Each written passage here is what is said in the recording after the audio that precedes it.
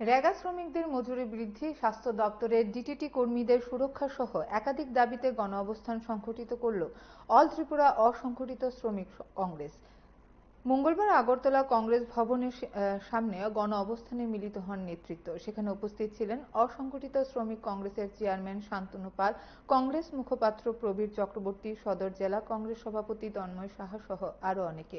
পরে তারা মিছিল করে জাতীয় স্বাস্থ্য মিশনের মিশন অধিকর্তার কাছে ডেপুটেশন দেন।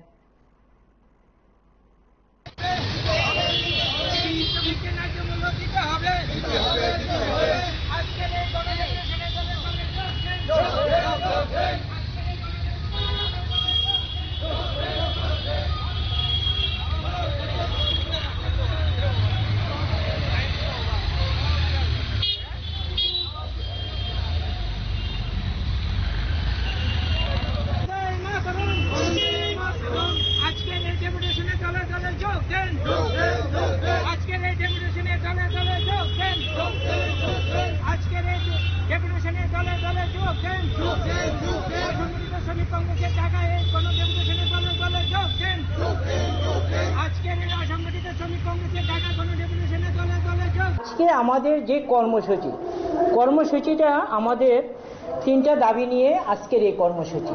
প্রথম দাবিটা আমাদের হয়েছে যে বিগত দিনে যে আমাদের ডিডিটি শ্রমিকরা 4 বছর ধরে তাদের কাজটা বন্ধ ছিল এবং সেই কাজটা কিন্তু দিয়েছিল 1951 সালে, যখন আমাদের প্রাক্তন প্রধানমন্ত্রী ইন্দিরা গান্ধীর সময় সেই কাজটা চালু হয়েছিল। এই কাজটা কন্টিনিউ চলছে, আর এই গভর্নমেন্ট আসার পরে তাদের এই কাজটা বন্ধ করে দিয়েছে। তারপর আমরা বিগত দিন আন্দোলনে করেছি এবং সেই আন্দোলনের ফলে আমরা 636 জনের কাজটা বের করতে পেরেছি, কিন্তু সম্পূর্ণভাবে আমরা পাইনি।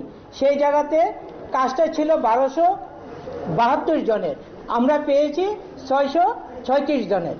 তো আমরা ওইটাকে সরকারের কাছে আমাদের একটা আবেদন যে প্রতিটা ডিডি ওয়ার্কারদের যেন আপনার সারা বছর কাজ পায়, তা নিয়ে আজকের আমাদের এই ডেপুটেশন। দ্বিতীয় হলো আশা এবং মিড ডে মিল, তাদের নিয়মিতকরণ করতে হবে এবং তাদের বেতনও বৃদ্ধি করতে হবে। যেমন আমাদের রেগা পুজোর সময় তারা কাজ করেছে, আজকে অবধি তারা বেতন পায়নি। আমরা চাই যে তাদেরকে 200 দিনের কাজ দিতে হবে এবং তাদের বকেয়া যে টাকাটা আছে সেটা দিতে হবে। আমরা মিশন ডাইরেক্টরের কাছে দেব কর্নাল চমনি। এখানে আমাদের সকাল 11টা থেকে আমাদের ধর্ণা শুরু হয়েছে। আমরা এই মিশন ডাইরেক্টরের কাছে দিয়েছিলাম হেলথ অফ ডাইরেক্টর ফ্যামিলি ওয়েলফেয়ারে, সেটা গুরগাবস্তিতে। তখন করার পরেই ওই 636 জনের কাজটা আমরা পেয়েছি।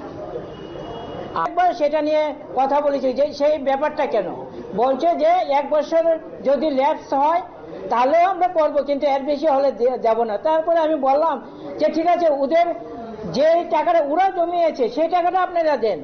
তারা সেই টাকাটাও দিতে রাজি নয়। তাহলে আপনারা চিন্তা করুন যে একটা লেবার অফিসে যত শ্রমিকরা আছে টাকা জমা দেয়,